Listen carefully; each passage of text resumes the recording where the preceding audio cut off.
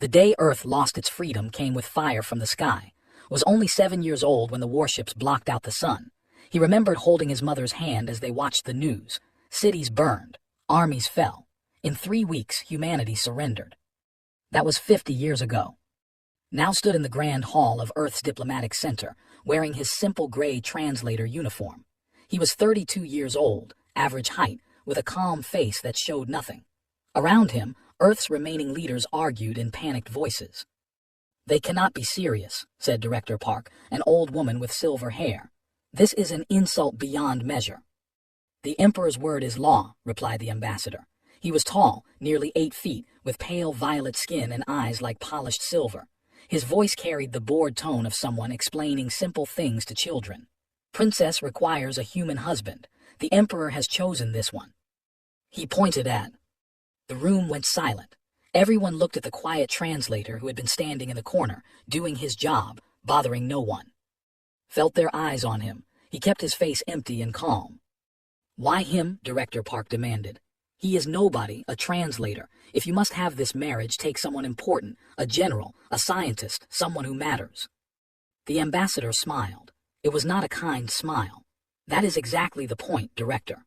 The resistance movement last year killed 17 soldiers. The Emperor wishes to remind humanity of its place. What better way than to marry his daughter to your most ordinary citizen?" Understood then. This was not about alliance or politics. This was about shame. They wanted to show the galaxy that humans were so low, even their princess marrying one was a punishment for her. Director Park turned to him. Her eyes were wet. "I am sorry, we cannot refuse. If we do, they will bomb Seoul, Tokyo, New York. They have made this clear." Nodded slowly. "I understand, Director." "You understand," the ambassador laughed. "No tears, no begging. Perhaps humans have even less spirit than we thought." Looked at the ambassador. His eyes were dark and steady. "I will do what is needed for my people. When do we leave?" The ambassador's laughter faded. Something in the human's calm bothered him, though he could not say what. 3 days. A ship will collect you. Try not to embarrass your species too badly." He turned and walked out. His guards followed. Director Park grabs hands. "Forgive us. Forgive me. We are sending you to a life of misery, and we have no right to ask this." Squeezed her hands gently. 50 years ago, my mother told me something before she died. She said that one day, Earth would need ordinary people to do extraordinary things. Perhaps this is my day. 3 days later, boarded the ship. He brought one small bag with clothes and a photograph of his mother. Nothing else. The journey took 2 weeks. Spent the time learning. He studied language, customs, and history from the ship's database. The guards watched him with confusion. Most human prisoners cried or screamed or went silent with fear. This one read books and practiced pronunciation. It was called Prime. It was a planet of purple forests and silver oceans, with cities that touched the clouds, beautiful and terrible like everything they built. The wedding took place in the Imperial Palace, a structure so large it had its own weather system inside. Thousands of nobles filled the great hall. They wore armor and silk, and they looked at like he was a bug that had crawled onto their dinner table. Princess stood at the altar. She was 7 feet tall, with skin like pale violet flowers and hair like liquid silver. Her eyes were cold as winter stars. She wore ceremonial armor that probably cost more than entire human cities. She looked out with disgust. Walked toward her. He wore his best suit, simple and black. Among the giants he looked small. Among the silk and armor he looked poor. The nobles laughed. Some did not even try to hide it. He heard their whispers. "Is that really her husband? I thought it was a servant." "Poor, what did she do to deserve this punishment?" "Look how tiny he is. Can humans even breed with us?"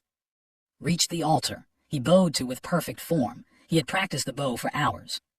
His eyes narrowed. She had expected him to do it wrong. She had expected to feel superior. Instead, his bow was flawless. The ceremony was short. Did not believe in long speeches or sweet words.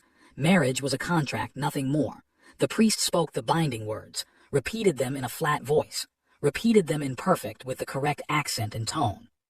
More surprise from the crowd, more narrowed eyes from. When it was done, they were married, husband and wife, human and the lowest and the highest. That night led to her chambers. She stopped at a small door in the hallway. "This is where you will sleep," she said. "The servant quarters. I will call you when I need you for public appearances. Otherwise, stay out of my sight." Nodded. "As you wish, princess." She waited. She wanted him to argue, to beg for better treatment, to show some sign of the broken spirit she expected. He simply stood there, calm and patient. "Do you have nothing to say?" she demanded. "No complaints, no requests." Only one said, "Good night, princess, I hope you sleep well." He entered the servant quarters and closed the door. Stood in the hallway, feeling strange. She had married a human to shame him and his people, but somehow, in some way she could not explain, she felt like she had lost the first battle. Inside his small room, sat on the narrow bed. He looked at the photograph of his mother. She had been a scientist, one of the best.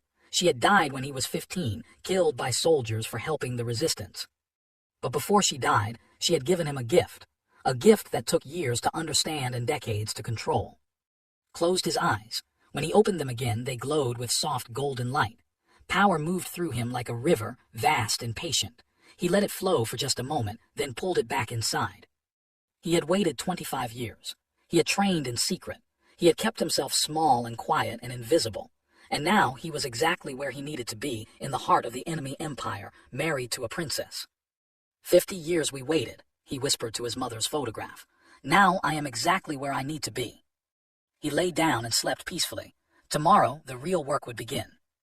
Far away on Earth, Director Park sat alone in her office. She was crying. She had sent a good man to suffer so that her people could survive. But she did not know the truth. None of them did. Was not a victim. He was not a sacrifice. He was a seed, planted in enemy soil, waiting to grow into something they could never imagine. The Emperor thought he had taken a pet. He had actually invited a wolf into his home. A wolf that smiled gently and spoke politely, and had learned to wait with perfect patience. The Treaty of Chains had been signed, but chains, as new, could be broken, and the one who wore them often saw things that those who held them could not. The stars turned slowly overhead. The galaxy continued its ancient dance, and somewhere in the Imperial Palace, a quiet human went to sleep, dreaming of a freedom that was closer than anyone knew. 3 months passed in the Imperial Palace, learned to live among giants. Every morning he woke before sunrise. He washed in cold water because the servant quarters had no heating. He dressed in simple clothes and walked the palace halls, learning every corridor, every door, every guard position. The servants ignored him. The nobles sneered at him. The guards watched him with bored eyes. He was beneath their notice, exactly as he wanted to be. Princess called for him twice each week. He attended dinners with her, standing quietly behind her chair while she spoke with other nobles. He accompanied her to ceremonies, walking 3 steps behind like a proper servant. He never complained. He never spoke unless spoken to. He was the perfect pet. But was no fool. She noticed things. She noticed that Sim improved at an impossible rate. Within 3 months, he spoke like a native. Not just the words, but the subtle tones that took children years to master. She noticed that he remembered everything. Every noble's name, every political alliance, every whispered rumor. He never wrote anything down, yet he forgot nothing. She noticed that behind his calm eyes, something was always watching, always calculating, always waiting. One morning, called him to her chambers earlier than usual. "Sit," she commanded, pointing to a chair. Sat, he kept his hands folded in his lap, his posture relaxed but respectful. "My brother has invited you to a hunting party," said. Her voice was flat but caught the slight tension in her jaw. "You will attend." "As you wish, princess." "You do not ask why this concerns me." "Prince hates our marriage," said calmly. "He believes it shames your family. He has spoken against it in court 17 times. He likely wishes to arrange an accident for me during the hunt." Stared at him. "How do you know what my brother says in court?" "The servants talk, princess. I listen." She leaned back in her chair, studying him like a puzzle she could not solve. "You know he wants to kill you, yet you are not afraid." "Fear would not change the situation. I will attend and do my best to survive." "Most humans would be crying by now, begging me for protection." Smiled slightly. "Would begging change your answer?" "No." "Then why waste the energy?" Felt that strange feeling again. The feeling that this small, quiet human was not what he seemed. But she pushed it away. He was just a man. A clever man, perhaps, but still just a man.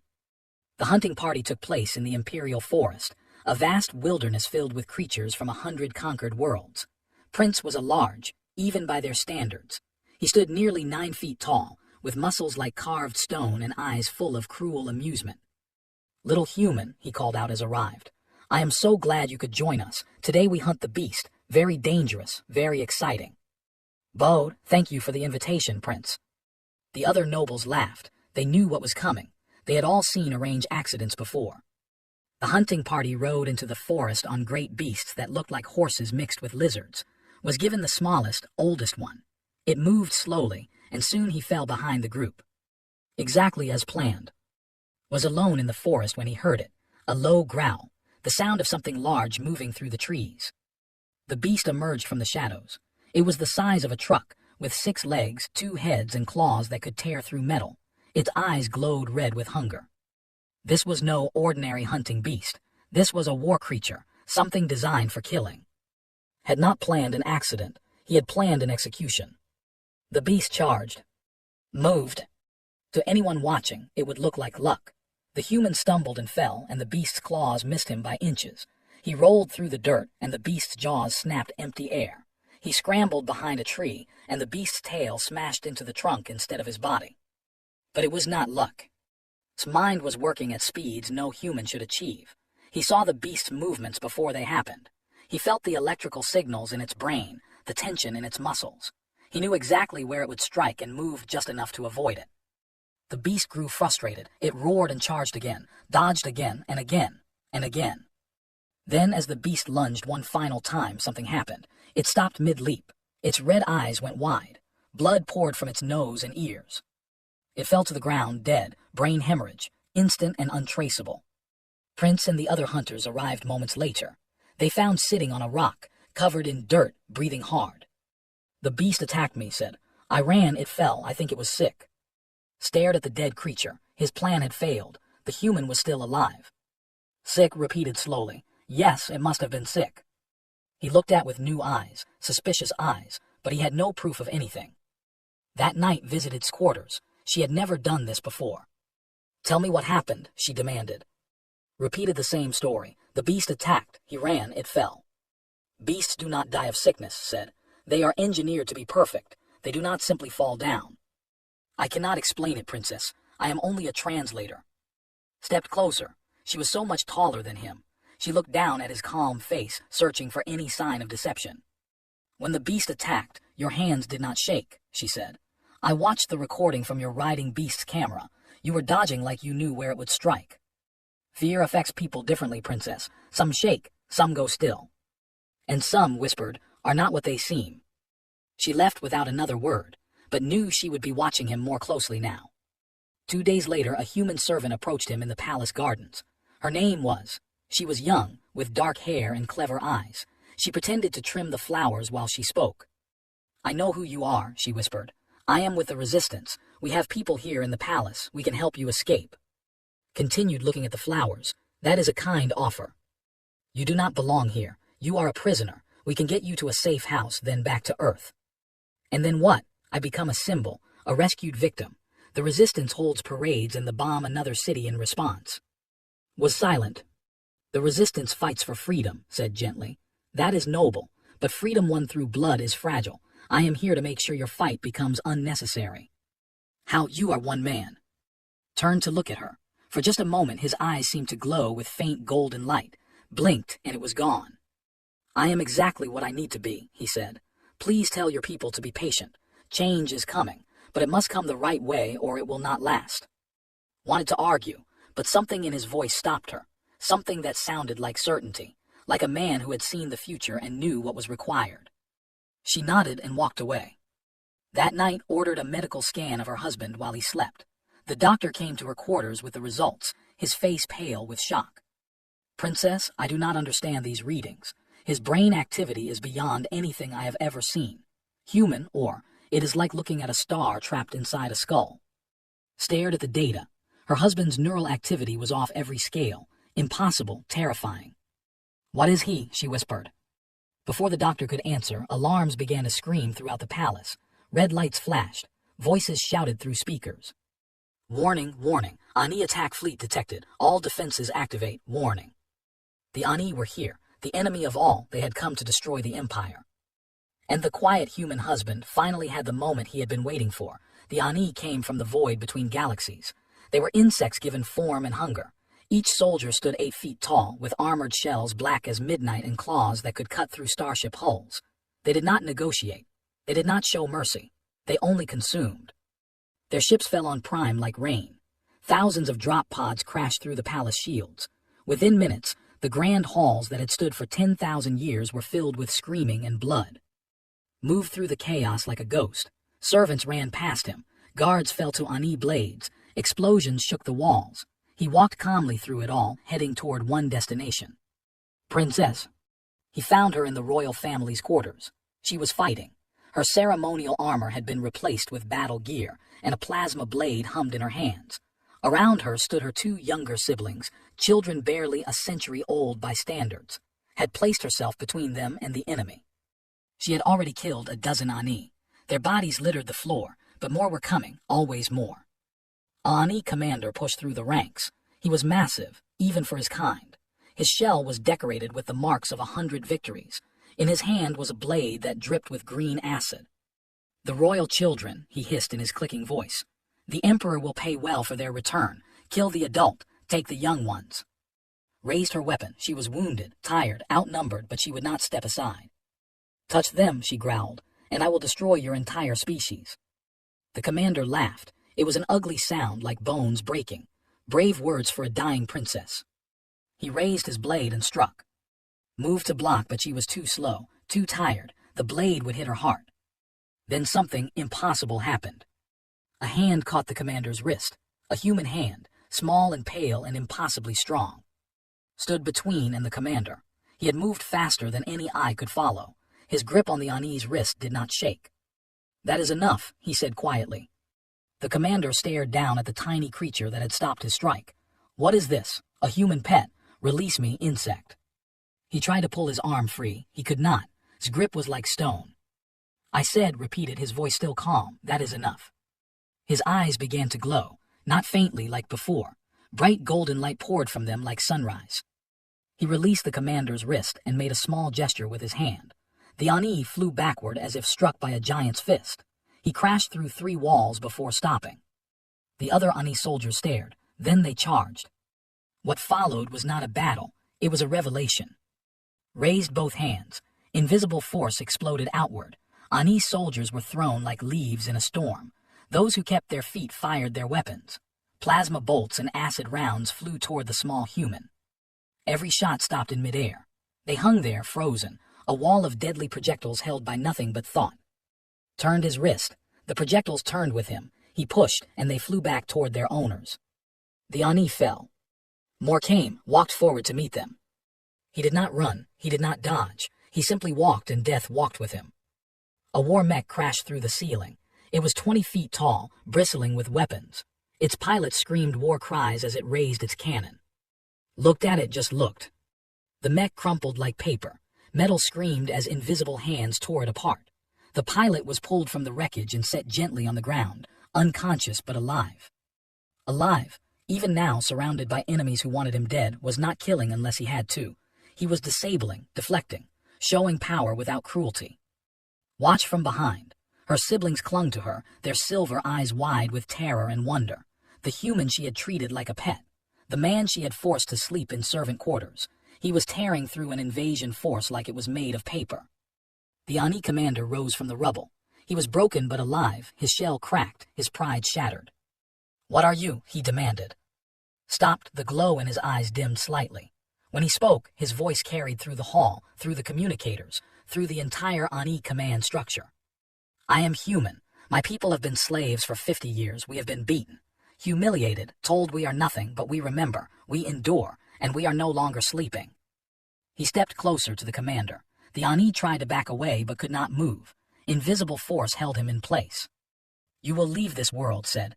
You will tell your queens what you saw here, and you will tell them this. If they ever threaten the innocent again, human or anyone else, I will come for them. Not with armies, not with weapons, just me. He released the commander. The Ani fell to his knees, gasping. Go, said, now. The commander ran. His soldiers followed. Within the hour, every Ani ship was fleeing Prime. They had come to conquer. They left terrified. The palace slowly returned to order. Guards emerged from hiding. Servants began tending to the wounded.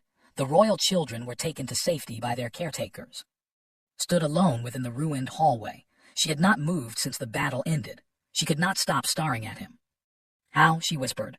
How is this possible? Humans have no psychic abilities. Your species was centuries ago. You are supposed to be simple creatures. His eyes had returned to normal. He looked tired now. Using that much power had cost him something. You were made by arrogant scientists who spent 3 days studying us, he said. They saw what we showed them, nothing more. You hid this for 50 years. We learned to hide long before your people came. Humans are good at surviving, at waiting, at planning. Felt something she had never felt toward a human before. Fear. Real, genuine fear. This small, quiet man could have killed her at any time, could have destroyed the palace, could have made himself a king. Why, she asked. Why save my siblings? Why save me? We have treated your people like animals. Was quiet for a long moment. When he answered, his voice was soft. Because cruelty is your way. It was never going to be mine. Trumpets sounded in the distance. The Emperor's guards were coming. Soon there would be questions, demands, perhaps threats. They will want to know what you are, said. My father does not tolerate surprises. He will see you as a threat. I know. He might try to kill you. Smiled slightly. He is welcome to try. Stared at him. For 3 months she had thought him weak, a pet, a nothing. Now she understood that every moment of submission had been a choice. He had worn chains because chains let him get close. He had played the servant because servants were invisible. Who are you really? She asked. Looked at her with ancient eyes, eyes that had seen too much and waited too long. I am what your empire made me, he said. I am the consequence of treating a species like dirt and never once wondering if they might grow flowers. The guards arrived. They surrounded him with weapons raised. Did not fight. He simply straightened his dirty clothes, smoothed his hair, and walked forward with the same calm he had shown from the beginning. Whatever came next, he was ready. He had been ready for 25 years. The quiet husband was quiet no more, and the galaxy would never be the same. The imperial throne room was the largest enclosed space had ever seen. It could hold 100,000 people. Today, it held only a few hundred. The most powerful nobles in the empire had gathered to witness this moment. Walked down the central aisle alone. Guards lined both sides, weapons ready. Above him, war drones hovered, their targeting systems locked on his small figure. The message was clear. One wrong move and he would be reduced to atoms. He kept walking. The emperor sat on a throne carved from a single crystal. He was ancient by any measure, over 3,000 years old. His violet skin had faded to pale lavender. His silver eyes held the weight of centuries. He had ruled this empire since before humanity discovered fire. Stood beside her father. Her face was expressionless, but could see the tension in her shoulders. He stopped at the base of the throne and bowed. Perfect form, perfect respect, even now. Rise, human, the emperor commanded. His voice was like thunder in a distant valley. You have much to explain. Rose, he met the emperor's gaze without fear. Ask your questions, your majesty. I will answer truthfully. How? The emperor leaned forward. How does a human possess such power? We have studied your kind for decades. You have no psychic potential. You are physically weak, mentally average. Yet you destroyed an invasion force that was overwhelming my palace guards. With respect, your majesty, you studied what we showed you, nothing more. Murmurs rippled through the crowd. The emperor raised a hand, and silence returned. Explain. Took a breath. This was the moment he had prepared for his entire life. 50 years ago, when your ships appeared in our sky, humanity knew we could not win through normal means. We had no warships, no planetary shields, no weapons that could scratch your armor. We surrendered because we had no choice, but surrendering and accepting are different things. He began to pace slowly, hands clasped behind his back. Every eye followed him. A group of scientists created a secret project. They called it Prometheus, after an old human story about bringing fire to those who had none. These scientists believed that humans had potential your people had never imagined. The emperor's eyes narrowed. What potential? Your species evolved on a world where psychic abilities were common. Over millions of years, you developed ways to use them openly. Weapons, shields, communication. But humans evolved differently. Our world was brutal, competitive. Every creature fought for survival. Stop packing. His voice grew softer, but somehow it carried to every corner of the vast room. Humans developed something else. Pattern recognition beyond any other species. Emotional depth that your scientists called primitive but never understood, and the ability to adapt, to change, to become whatever we needed to become. He looked directly at the Emperor. Project Prometheus discovered that these traits could be converted, that human emotion, properly focused, creates energy, raw psychic energy, more concentrated than anything your species produces. The scientists called it the human paradox. Our weakness was actually our strength, hidden in plain sight. Impossible, a noble shouted. Human brains cannot channel such power, they would burn out. They did burn out, said quietly. Thousands of volunteers died in the experiments. Their brains could not contain what they awakened. The scientists nearly abandoned the project. He paused, memory moved behind his eyes. Then they found me. The throne room was absolutely silent now. I was 15 years old, an orphan. My mother had been a scientist on the project before soldiers killed her. Before she died, she had already begun the treatments on me, without permission, without telling anyone. She knew what was coming and prepared her son to face it. His voice remained steady, but something ancient moved in his eyes. The other volunteers could not contain the power because they could not control their emotions. Humans feel so much. Love, rage, hope, fear. It consumes us, destroys us. But my mother taught me something different. She taught me to feel everything and let none of it control me. He raised his hand. Golden light gathered around his fingers, soft and warm. I can compress a lifetime of emotion into perfect stillness. I can hold rage that would drive others insane and release it in a single, focused instant. I spent 25 years learning this, 25 years waiting, 25 years preparing for this moment. The Emperor stood. Even in his ancient age, he was imposing. Power radiated from him like heat from a star. You could have killed me, he said. At any point in the past 3 months, you could have destroyed this palace, ended my bloodline, started a war that would have freed your people. Yes. Then why did you not? Let the light fade from his hand. Because I have seen what happens when power is used only for destruction. Your empire was built on conquest. The unease spread through consumption. Every great power in this galaxy has risen through blood and fallen through blood. I do not want to add humanity to that list. He stepped closer to the throne. Guards moved forward, but the Emperor waved them back. I do not want you dead, Your Majesty. I do not want your empire burned. I want something much harder. What? His eyes glowed gold, but this time instead of force he released something else. Memory, emotion, truth. Every in the room felt it. 50 years of human experience poured through them. Not just his memories, but the collective memory of his species under occupation. They felt children crying as their parents were taken. They felt workers dying in factories that produced goods they would never use.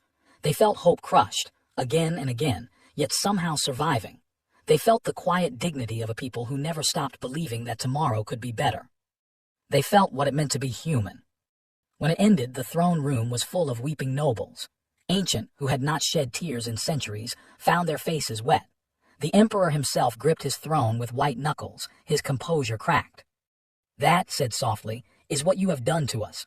Not with malice, perhaps, but with indifference, which is sometimes worse. He bowed again. I do not want revenge, Your Majesty. I want you to see us as we truly are. Not pets, not servants, not simple creatures to be and used. I want you to see us as equals, and I want you to choose freely to treat us as such. The Emperor was silent for a long moment. When he spoke, his voice was different, older, tireder, wiser. And if I refuse, if I order my guards to destroy you right now, then I will defend myself, and many will die, but I will not strike first. That choice belongs to you. The Emperor looked at his daughter. His face was still wet with tears she had not known she was crying. Father, she said, I have seen what he can do. He saved my siblings when he could have let them die. He defeated an invasion that was overwhelming our guards. He has had 100 chances to kill us all, and he has not taken any of them. She stepped forward. Perhaps it is time to listen. The Emperor sank back onto his throne. He suddenly looked every one of his 3,000 years. Leave us, he said to the court. All of you. I would speak with my son-in-law alone. The nobles fled. The guards retreated, even left, casting one last look at as she walked away. Soon only 2 figures remained in the vast throne room, an ancient emperor and a young human, the most powerful being in the galaxy and the most dangerous man in the galaxy. They talked through the night. What was said between them, no one ever knew. But when dawn came, the emperor emerged and gave an order that shocked the entire empire. The occupation of Earth would end. Humanity would be granted full citizenship. The Treaty of Chains would be rewritten as a Treaty of Partnership. The empire would change.